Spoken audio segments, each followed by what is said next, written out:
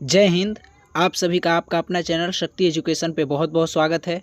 तो आइए आज हम कुछ सामान्य भूगोल की जानकारी देते हैं, जिसमें हम भारत का क्षेत्रफल, नहरों के बारे में, मरुस्थल के बारे में, प्रश्नोत्तरी को समझेंगे, जो हर एग्ज़ाम में बहुत ही कई बार रिपीट किया गया है और पूछा गया है। तो वीडियो शुरू करते हैं। सबसे पहले जानेंगे कि भूगोल की परिभाषा क्या है, भूगोल किसे कहते हैं। तो भूगोल देखिए, भूगोल है जो दो शब्दों से मिलकर बना है। एक है भू, जिसका अर्थ होता है पृथ्वी, और गोल का मतलब गोलाकार स्वरूप। अंग्रेजी में इसे जियोग्राफी कहते हैं। यूनानी शब्द है जियो का मतलब होता है पृथ्वी और ग्राफी का मतलब वर्णन करना, तो इसीलिए हम इसको जियोग्राफी कहते हैं। परिभाषा के तौर पे देखें तो भूगोल का शाब्दिक अर्थ वह विषय जो पृथ्वी का संपूर्ण वर्णन करे, वह भूगोल है। तो आई होप आपको भूगोल की परिभाषा, एक इसका स्ट्रक्चर दिमाग में बैठ गया होगा। आगे चलते हैं। भूगोल का जनक किसे कहते हैं, तो इरेटोस्थनीज को कहते हैं। किसे कहेंगे, तो इरेटोस्थनीज भूगोल का जनक माना जाता है इनको। और ये एक प्राचीन यूनानी खगोल शास्त्री, गणितज्ञ और भूगोल शास्त्रज्ञ थे। तो याद रखेंगे, कई बार पूछा गया है कि भूगोल का जनक किसे कहा जाता है, तो इरेटोस्थनीज को कहा जाता है। आगे चलते हैं। भारत में जनसंख्या के घनत्व की बात करें तो 464 प्रति किमी स्क्वायर होता है। भारत में 35% आबादी शहर में बसती है और 65% आबादी जो है गाँव में बसती है, क्योंकि हमारा जो देश है कृषि प्रधान देश है और यहाँ इसकी पहचान गांव से ही होती है। तो सबसे अधिक गांव में लोग बसते हैं। आगे देखते हैं। भारत पृथ्वी का जो है उत्तरी पूर्वी गोलार्ध में 8 डिग्री 4 मिनट से 37 डिग्री 6 मिनट उत्तरी अक्षांश तथा 68 डिग्री 7 मिनट से 97 डिग्री 25 मिनट पश्चिमी देशांतर के मध्य स्थित है। तो भारत की भौगोलिक स्थिति की बात की जाए कि ये कैसे, कहाँ पर, किस तरह से स्थित है, तो कहेंगे कि उत्तरी पूर्वी गोलार्ध में 8 डिग्री 4 मिनट से 37 डिग्री 6 मिनट उत्तरी अक्षांश में और 68 डिग्री 7 मिनट से 97 डिग्री 25 मिनट पश्चिमी देशांतर के मध्य स्थित है। आगे चलते हैं। आगे में देखते हैं कि भारत में राज्यों व केंद्र शासित प्रदेशों की संख्या कितनी है। एकदम बेसिक, और भारत का भूगोल में हम कुछ प्रश्नोत्तरी लिए हैं जो आपको एकदम बेसिक जानकारी देगी। तो वीडियो में अंत तक बने रहें। अगर चैनल पे पहली बार हैं तो लाइक सब्सक्राइब जरूर करें। भारत में देखेंगे तो ये सबको मालूम है 28 राज्य और 8 केंद्र शासित प्रदेश हैं अभी। आगे चलते हैं। यहाँ पर अगर 1 डिग्री के अंतराल पर खींचे जाने पर कहीं भी दो क्रमागत अगर अक्षांश रेखाओं के बीच की बात हो तो उसकी लंबाई 111 किलोमीटर होती है। नोट डाउन में इसको लिखिएगा। अगला क्वेश्चन है कि विश्व की कुल जनसंख्या का कितना % भाग भारत में निवास करता है। तो पूरे विश्व का कुल जनसंख्या का कितना % भाग, तो 17% भाग जो है विश्व के कुल जनसंख्या का भारत में निवास करता है। भारत जनसंख्या की दृष्टि से आप जानते हैं कि यहाँ पर विश्व का दूसरा सबसे बड़ा देश है। भारत की कुल जनसंख्या 2020 की जनगणना के अनुसार विश्व की कुल जनसंख्या का 17.7% जो है केवल भारत में रहती है। चीन 1 नंबर पे है, आप जानते हैं, और इंडिया भी 1 नंबर पे आ सकता है, क्योंकि हमारे यहाँ पॉपुलेशन के लिए कोई कानून नियम नहीं है, तो ये ऊपर नीचे होता रहता है। लेकिन अभी हम पूरे विश्व में चीन के बाद दूसरे स्थान पे जनसंख्या के, पॉपुलेशन के मामले में पूरा हमारा जो भारत देश है आता है। आगे चलते हैं। अगला क्वेश्चन है कि भारत का कुल क्षेत्रफल कितना है। तो भारत का कुल क्षेत्रफल देख की बात करें, बहुत ही इंपॉर्टेंट ये टॉपिक, ये पूछा जाता है कई बार एग्जामों में कि भारत का कुल क्षेत्रफल कितना है। तो 32,87,263 वर्ग किलोमीटर भारत का कुल क्षेत्रफल है, याद रखेंगे। आगे देखते हैं यहाँ पर विश्लेषण में कि भारत का कुल क्षेत्रफल तो 32,87,263 वर्ग किलोमीटर है, जो विश्व की कुल सतह का 2.4% है। क्षेत्रफल की दृष्टि से भारत जो है क्रमशः रूस, कनाडा, अमेरिका, चीन, ब्राज़ील और ऑस्ट्रेलिया के बाद 7वां सबसे बड़ा देश है। ये भी क्वेश्चन यहाँ से बनता है कि हमारा जो भारत है पूरे विश्व में किस नंबर पे आता है क्षेत्रफल की दृष्टि से। तो क्षेत्रफल की दृष्टि से भारत जो है 7वें नंबर पे आता है। अगर भारत में राज्यों की बात करें कि क्षेत्रफल की दृष्टि से सबसे बड़ा राज्य कौन सा है, तो राजस्थान सबसे बड़ा क्षेत्रफल की दृष्टि से राज्य है। आगे चलते हैं। भारत की स्थल सीमा से कौन कौन से देश लगे हैं। बहुत बार ये भी पूछा गया है कि भारत के स्थल जो सीमा है उससे कौन कौन से देश लगे हैं, तो हम नक्शे के माध्यम से भी देखेंगे स्लाइड में आगे। यहाँ पर देश के नाम देख लीजिए, कौन कौन से देश हैं। बांग्लादेश, चीन, पाकिस्तान, नेपाल, बर्मा, भूटान। 1 2 3 4 5 6, ये 6 देश जो हैं हमारे स्थल सीमा से लगे हैं। आप यहाँ पर इमेज में देख सकते हैं। यहाँ पर चीन है जो पीले कलर से डिनोट किया गया है। यहाँ पर आप देखिए चाइना एक देश हो गया यहाँ पे। चाइना के बाद यहाँ पर आप देख सकते हैं नेपाल है, भूटान है, बांग्लादेश है, म्यांमार है इधर, और पश्चिम में पाकिस्तान है। तो ये देश हमारे स्थल सीमा से जुड़े हुए हैं। आगे चलते हैं, भारत की जल सीमा किन देशों से मिलती है? स्थल की बात कर ली, अब जल सीमा से कौन कौन से देश जुड़े होते हैं? तो यहाँ पर हमारे इंडिया का जो जल सीमा है उससे मालदीव, श्रीलंका, बांग्लादेश, म्यांमार और पाकिस्तान जुड़ा हुआ है। यहाँ पर आप इमेज में देख सकते हैं पाकिस्तान, यहाँ पर देख सकते हैं जल के साथ, यहाँ पर समुद्र में अरबियन सी के पास में, बे ऑफ बंगाल के साइड में यहाँ पे म्यांमार है, बांग्लादेश। तो ये जो है हमारे जल सीमा वाले राज्य हो गए। आगे चलते हैं, कर्क रेखा किन राज्यों से होकर गुजरती है? बहुत बार VIMP क्वेश्चन पूछा गया है, बहुत बार रिपीट किया गया है हर एग्जाम में कि कर्क रेखा किन राज्यों से गुजरती है। तो कर्क रेखा की बात की जाए तो यहाँ पर हमारे जो देश के राज्य हैं कौन कौन से आते हैं? राजस्थान, गुजरात, मध्य प्रदेश, छत्तीसगढ़, झारखंड, पश्चिम बंगाल, त्रिपुरा और मिजोरम। ये जो है 8 राज्य हमारे कर्क रेखा से होकर के, कर्क रेखा इन्हीं 8 राज्यों से होकर के गुजरती है। यहाँ पर आप इमेज में देख सकते हैं, यहाँ पर कैसे यहाँ पर डिनोट किया गया है। ये पश्चिम में एकदम गुजरात है, इधर से बीचों बीच होती हुई कर्क रेखा आती है। तो 1 नंबर पे सीरियल के नंबर की बात की जाए तो गुजरात, राजस्थान, तीसरा मध्य प्रदेश, चौथा छत्तीसगढ़, 5वां झारखंड, छठा पश्चिम बंगाल, त्रिपुरा, मिजोरम। ये 8 राज्य क्या हैं? इन्हीं राज्यों से होकर के कर्क रेखा यहाँ से गुजरती है। तो यहाँ पर आप याद रखेंगे।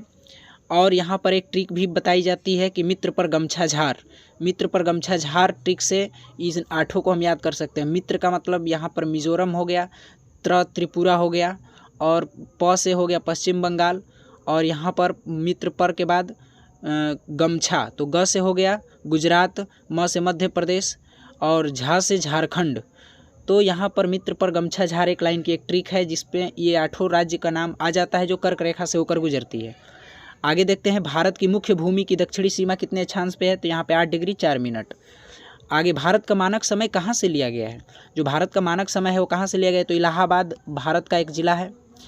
तो भारत का उत्तर प्रदेश राज्य का एक ज़िला इलाहाबाद, आप सबको मालूम है। तो इलाहाबाद जिनका नाम बदल करके प्रयागराज कर दिया गया है। तो प्रयागराज में एक जगह है नैनी, तो इसी नैनी के यहाँ से, नैनी नामक जगह से भारत का मानक समय लिया जाता है। आगे चलते हैं, भारत का मानक समय और ग्रीनविच का जो समय में अंतर है कितना? जो लंदन में ग्रीनविच है वहाँ से और भारत का मानक समय में कितना अंतर होता है? तो ये भी बहुत बार पूछा गया। तो भारत का समय ग्रीनविच मानक समय रेखा से 5 घंटा 30 मिनट यानी 5.5 घंटा आगे है। तो हमारा जो भारत का समय है वो वहाँ ग्रीनविच के समय से 5.5 घंटा आगे चलता है। आगे यहाँ पर इमेज में देख सकते हैं ग्रीनविच का यहाँ पर वॉल लगा है, यहाँ पे वॉल पे वॉच लगी है। यहाँ पर ग्रीनविच पार्क है लंदन का। तो यहाँ से हमारे मानक जो समय है 5.5 घंटा आगे है। भूमध्य रेखा से भारत के दक्षिण छोर की दूरी कितनी है? तो 876 किलोमीटर जो है भूमध्य रेखा से भारत की दक्षिण छोर की दूरी है। अगला क्वेश्चन, भारत की स्थल सीमा की लंबाई कितनी है? बहुत बार ये पूछा गया है। तो भारत की जो स्थलीय सीमा है इसकी टोटल लंबाई 15,200 किलोमीटर है। अगर यही पूर्व पश्चिम से उत्तर दक्षिण की बात कर लें तो यहाँ पर 3,214 किलोमीटर उत्तर से दक्षिण की लंबाई है और 2,933 किलोमीटर पूर्व से पश्चिम तक लंबाई है। इतना में हमारा भारत देश जो है फैला हुआ है। आगे चलते हैं, कोंकण तट कहाँ से कहाँ तक स्थित है? तो गोवा से दमन तक स्थित है। अगला क्वेश्चन, पृथ्वी के स्थल पृष्ठ का कितना भाग रेगिस्तान है? तो 5वां भाग पूरा रेगिस्तान है। आगे चलते हैं, थार का मरुस्थल किस देश में है? तो थार का मरुस्थल सभी जानते हैं भारत देश में यानी इंडिया में ही थार का मरुस्थल है। यहाँ पर इमेज में आप देख सकते हैं मरुस्थल में केवल बालू, डिजर्ट जिसको बोलते हैं, बालू होते हैं। यहाँ पर ऐसे टीले बने होते हैं। यहाँ पर कोई परिवहन साधन काम नहीं करता है, तो ऊँटों से हम यात्रा करते हैं या कोई भी काम करते हैं। तो इसीलिए ऊँट को रेगिस्तान का जहाज़ कहा जाता है। क्वेश्चन कई बार पूछा जाता है। तो ऊँट को रेगिस्तान का जहाज़ कहते हैं क्योंकि इनके तलवे बहुत मोटे होते हैं, बालू पर चलते समय बहुत धीरे धीरे हिट होते हैं, इसलिए आसानी से ये चल पाते हैं क्योंकि दिन में बालू धूप के कारण बहुत ही ज़्यादा गर्म हो जाता है। आगे चलते हैं, यहाँ पे यार देख सकते हैं इमेज में ये मरुस्थल का इमेज है। आगे चलते हैं, विश्व का सबसे शुष्कतम मरुस्थल कौन सा है? तो विश्व का सबसे शुष्क मरुस्थल, गर्म मरुस्थल की बात करें जिसका नाम है अट्टाकामा। अट्टाकामा मरुस्थल विश्व का सबसे शुष्क मरुस्थल है। यहाँ पर आप इमेज में देख सकते हैं बहुत ही हाई टेम्परेचर यहाँ पर होता है। ये नॉर्मल मरुस्थलों की अपेक्षा ये बहुत ही शुष्क मरुस्थल है अट्टाकामा। अगला क्वेश्चन है, विश्व का मरुस्थल विहीन महाद्वीप कौन सा है? तो महाद्वीपों की संख्या आपको मालूम है। यहाँ पर अभी हम महाद्वीपों को अभी इमेज के माध्यम से देखेंगे कि विश्व का मरुस्थल विहीन महाद्वीप कौन सा है। एक ऐसा महाद्वीप है जिसमें क्या है कि वहाँ पर मरुस्थल नहीं है, तो कौन सा है? तो यूरोप ऐसा एक महाद्वीप है जो मरुस्थल विहीन महाद्वीप है। और कुछ महाद्वीपों की बात कर लेते हैं। तो कौन कौन से महाद्वीप होते हैं? तो सबसे बड़ा महाद्वीप एशिया, सभी जानते हैं। एशिया के बाद आता है दूसरे नंबर पे अफ्रीका, उसके बाद नॉर्थ अमेरिका यानी उत्तरी अमेरिका, साउथ अमेरिका यानी दक्षिणी अमेरिका, उसके बाद यूरोप, अंटार्कटिका नीचे, ये यहाँ पर मानव जीवन संभव नहीं है, ये पूरा बर्फ़ से ढका रहता है अंटार्कटिका। उसके बाद आता है ओशोनिया महाद्वीप, इसको ऑस्ट्रेलिया भी कह देते हैं लोग, तो इसका असली नाम जो है ओशोनिया महाद्वीप है। तो यहाँ पे सबसे बड़ा महाद्वीप एशिया, उसके बाद अफ्रीका, उसके बाद उत्तरी अमेरिका, दक्षिणी अमेरिका, यूरोप, अंटार्कटिका और ओशोनिया महाद्वीप। तो यहाँ पर आगे देखते हैं, बादलों की दिशा एवं गति को मापने वाला यंत्र क्या कहलाता है? तो बादल की जो दिशा एवं गति को मापे उस यंत्र को हम कहते हैं नेफोस्कोप कहते हैं। आगे देखते हैं, उच्च तापमान के मापन हेतु किस उपकरण का प्रयोग किया जाता है? तो हाई टेम्परेचर के लिए जो मापन का प्रयोग किया जाता है वो उपकरण है क्या? पायरोमीटर। यहाँ पे इमेज में आप देख सकते हैं पायरोमीटर है जो हाई टेम्परेचर को मापता है। आगे चलते हैं, मानचित्र में वे रेखाएं जहाँ दाब पूरा सम बराबर हो क्या कहलाती हैं? तो सम दाब रेखाएं कहलाती हैं। आगे चलते हैं, मानचित्र पर वर्षा का वितरण दिखाने के लिए किस रेखा का प्रयोग किया जाता है? तो आइसोहाइट रेखा का प्रयोग किया जाता है। सूर्य और पृथ्वी के मध्य अधिकतम दूरी कब होती है?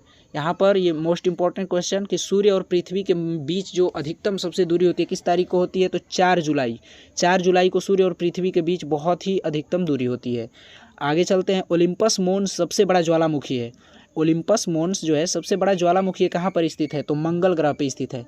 कहाँ पर स्थित है? तो मंगल ग्रह पर स्थित है। आप यहाँ पर इमेज में देख सकते हैं ओलिम्पस मोन्स सबसे बड़ा ज्वालामुखी जो मंगल ग्रह पर स्थित है। अगला क्वेश्चन है, सूर्य प्रकाश जो है धरती पर पहुंचने में कितना मिनट लेता है? तो 8 मिनट 3 सेकंड का लगभग समय लगता है सूर्य का प्रकाश को धरती पर आने में। आगे देखते हैं, नॉर्वे में रात्रि के समय सूर्य कब दिखाई देता है? एक देश ऐसा भी है जहाँ पे रात्रि में सूर्य दिखाई देता है, वो कब दिखाई देता है? तो यहाँ पर 21 जून को नॉर्वे में रात्रि के समय सूर्य दिखाई देता है। यहाँ पर आप इमेज में देख सकते हैं ये रात का समय है और यहाँ पर अर्धरात्रि में सूर्य भी निकला हुआ है। आगे चलते हैं, क्षेत्रफल की दृष्टि से भारत का विश्व में कौन सा स्थान है? इसको हम देख चुके हैं, 7वां स्थान पूरे विश्व में क्षेत्रफल की दृष्टि से भारत का है। अगला क्वेश्चन कि भारत के उत्तर में कौन कौन से देश हैं? तो भारत के उत्तर में चीन है और कौन सा देश है? नेपाल है और भूटान है। ये 3 देश जो हैं भारत के उत्तर दिशा में हैं। यहाँ पर इमेज में आप देख सकते हैं, यहाँ पर ये चीन हो गया और यहाँ पर नेपाल हो गया और यहाँ पर कौन सा हो गया? भूटान हो गया। ये तीनों उत्तर दिशा में भारत के देश लगे होते हैं। भारत के पूर्व में कौन सा देश है? तो भारत के पूर्व में बांग्लादेश है। और आगे देखते हैं, भारत के पश्चिम में कौन सा देश है? तो भारत के पश्चिम में पाकिस्तान है। यहाँ पर आप इमेज में देख सकते हैं। पूर्व की बात की जाए तो यहाँ पे पूर्व में बांग्लादेश हो गया और पश्चिम में पाकिस्तान हो गया। उत्तर दिशा में हम अभी देख चुके हैं। आगे चलते हैं, भारत के दक्षिण पश्चिम में कौन सा सागर है? तो भारत के दक्षिण पश्चिम में कौन सा सागर है? तो अरब सागर है। भारत के दक्षिण और पश्चिम में अरब सागर है। भारत के दक्षिण पूर्व में कौन सी खाड़ी है? तो खाड़ी की बात की जाए तो यहाँ पर बंगाल की खाड़ी है। यहाँ पर आप इमेज में देख सकते हैं, यहाँ पर देखिए ये अरबियन सी यानी कि अरब सागर और यहाँ पर दक्षिण पूर्व में यहाँ पर बे ऑफ बंगाल यानी बंगाल की खाड़ी, जिसमें नदियाँ निकलती हैं और बंगाल की खाड़ी में गिरती हैं। भारत की सबसे बड़ी लंबी नदी की बात करते हैं तो गंगा है, जो पवित्र नदी भी मानी जाती है। तो पवित्र नदी गंगा जो है, इनकी लंबाई 2525 किलोमीटर है। हिमालय के गंगोत्री ग्लेशियर से निकलती है और निकल करके यहाँ पर उधर से आकर के बंगाल की खाड़ी में गिर जाती हैं। तो ये बंगाल की खाड़ी है। आगे देखते हैं, भारत के दक्षिण में कौन सा महासागर है? तो भारत के दक्षिण में महासागर की बात की जाए तो हिंद महासागर है। अगला क्वेश्चन, पनामा नहर किन 2 महासागरों को जोड़ती है? तो पनामा नहर जो है किन 2 महासागर को जोड़ती है? प्रशांत महासागर को और कौन से महासागर को? अटलांटिक महासागर को। आई होप आपको वीडियो अच्छे तरीके से समझ में आ रहा होगा। अगर समझ में आ रहा है तो वीडियो को लाइक, सब्सक्राइब, शेयर, कमेंट जरूर करें। यहाँ पर आप इमेज में देख सकते हैं ये पनामा नहर और बीच में जोड़ती है प्रशांत महासागर को और अटलांटिक महासागर को, यहाँ पर आप देख सकते हैं। अगला क्वेश्चन यहाँ पर देखिए, ये पनामा नहर का ट्रैक है जहाँ पे जहाज आकर रुकती हैं और यहाँ पर उनमें जो भी आयात निर्यात का सामान होता है उतारा और चढ़ाया जाता है। आगे चलते हैं, पनामा नहर व्यापारिक दृष्टि से स्वेज नहर की अपेक्षा कम महत्वपूर्ण है, क्योंकि ये घने जो आबादी वाले देश हैं उनसे व्यापार इनसे नहीं होता है। पनामा नहर से नहीं होता, वो स्वेज नहर से होता है। अभी हम आगे देखेंगे। तो अगला क्वेश्चन क्या है? अगला क्वेश्चन है, यहाँ पर पनामा नहर का कुछ यहाँ पर पतन में देख सकते हैं कि उत्तरी सिरे पर कोलोन पतन स्थित है और पनामा नहर के दक्षिणी सिरे पर पनामा पतन स्थित है। विश्व की सबसे बड़ी जहाज रानी वाली नहर कौन सी है? तो ये स्वेज नहर है। स्वेज नहर सबसे बड़ी नहर और यहाँ जहाज इसमें बहुत ज़्यादा चलती हैं और माल का आयात निर्यात किया जाता है। स्वेज नहर किस किस को जोड़ती है? तो स्वेज नहर किस किस को जोड़ती है, कौन से सागर को? तो भूमध्य सागर को और लाल सागर को। पनामा नहर प्रशांत महासागर अटलांटिक महासागर को, और स्वेज नहर किस किस को जोड़ती है? भूमध्य सागर और लाल सागर को। यहाँ पर आप इमेज में देख सकते हैं, इधर हो गया भूमध्य सागर और इधर हो गया लाल सागर, बीच में ये स्वेज नहर दोनों को जोड़ रही है। आगे देखते हैं, यहाँ पर स्वेज नहर का इमेज में आप देख सकते हैं कैसे जहाज आ रही हैं इधर पानी में, बहुत चौड़ी ये है। आगे देखते हैं, शिव समुद्रम किस नदी द्वारा बनाया गया है? यह द्वीप है। शिव समुद्रम किस नदी द्वारा बनाया गया एक द्वीप है? तो यहाँ पर कावेरी नदी द्वारा शिव समुद्रम नाम का एक द्वीप जो है बनाया गया। इमेज में देख सकते हैं शिव समुद्रम द्वीप का जलप्रपात हो रहा है यहाँ पर। आगे देखते हैं, भारत की प्रादेशिक जल सीमा समुद्र तट से कितनी समुद्री मील तक की दूरी है? तो यहाँ पर 12 समुद्री मील है। भारत का सबसे बड़ा जिला कौन सा है? तो भारत का सबसे बड़ा जिले की बात की जाए तो गुजरात राज्य, जो पश्चिमी छोर पे स्थित है और समुद्र तट का सबसे लंबा राज्य गुजरात। वहाँ पर एक ज़िला है कच्छ, तो कच्छ ज़िला है भारत का सबसे बड़ा ज़िला, जिसका क्षेत्रफल की बात की जाए तो 45,652 वर्ग किलोमीटर इसका क्षेत्रफल है। तो ये सबसे बड़ा ज़िला है। तो आई होप आपको वीडियो अच्छे तरीके से समझ में आया होगा। चैनल पे अगर पहली बार हैं तो ईमानदारी से सब्सक्राइब, लाइक, शेयर, कमेंट ज़रूर करें। धन्यवाद।